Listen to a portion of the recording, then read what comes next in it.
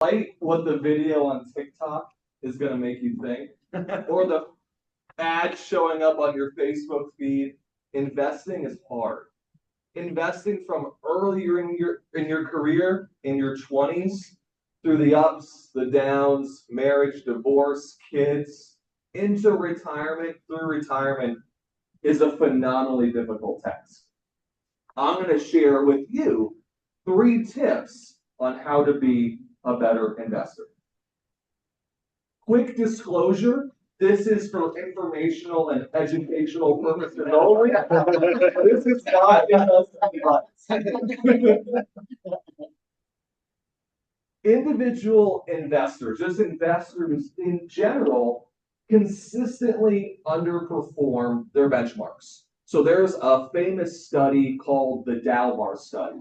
So they look at how investors perform, fund managers perform versus different benchmarks. And this study's been going on for years, over 40 years. The results are pretty consistent. Investors over every time horizon, even if they're invested in stocks and equities, underperform their benchmark, the S&P 500.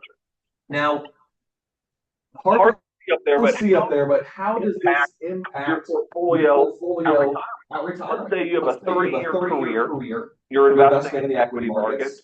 You can expect to have, via the study, about half of what you could have earned by investing in the S&P 500.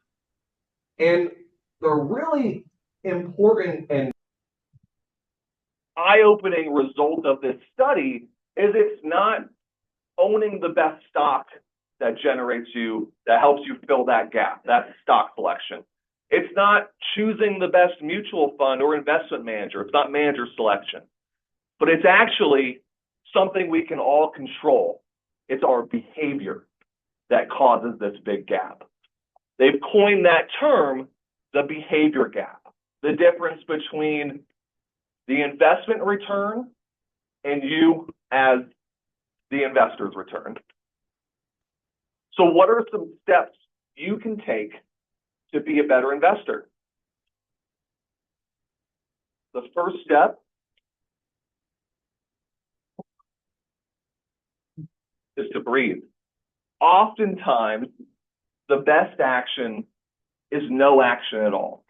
Most of you in here have access to a 401k, a 403b, a TSP, where you make regular contributions every 2 weeks when you're paid. And even better, your employer probably gives you extra money and matches your contribution in that investment.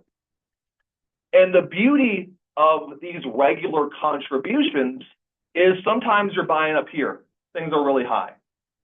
Sometimes things are a little sketchy. You're buying down here, or you're buying in this big middle. But over time, this is called dollar cost averaging.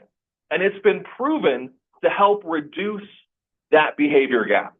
Because instead of putting all your money in when things are great, you're putting it in at regular intervals over time. The next tip is to have the right asset allocation. So what asset allocation is that's the mix between stocks, so pieces of companies that you own, and fixed income, or IOUs from companies. Earlier in your career, you want to have more stocks in your portfolio, but as you move toward retirement, you'll want to have more fixed income. And there's a phenomenal way to have this all done for you.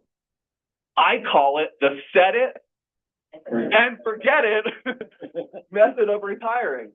All of these plans, all these 401ks, 403bs, the TSP, have what are called target date funds. So these funds look at your age, look at when you'll likely be in retirement, and do all this heavy lifting for you. Early in your career, it'll be more stock-oriented, and over time, it'll move more toward fixed income. Let's say you don't want to utilize that type of fund. It's also really eye-opening and educational to look at, hey, if I'm retiring in 30 years, what does a big asset manager suggests my investments be in. So it can help educate you if you don't want to use them or don't have access to them, help educate you on what a proper asset allocation might look like. The last tip is to have a plan.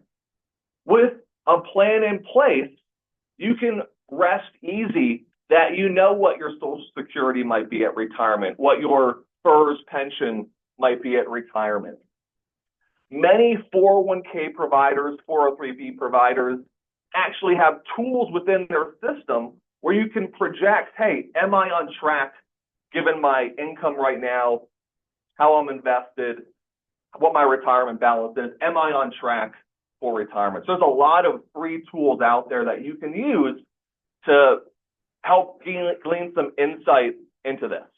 You also, in a plan, want to avoid credit card debt, have an emergency fund in case the inevitable job loss, layoff happens. You want to rebalance at your portfolio from time to time, and those target date funds, that's why I love them. They do all that for you. So really, to lessen that behavior gap, because that's really what determines your returns overall, you want to breathe. Take a step back. Remember, you have money going in every 2 weeks into the market, into your 401k, 403b, and not to make a drastic decision. To have the right asset allocation, use a target date fund, or just see what a good option for you might be, given when your retirement date is. And last is to have a plan.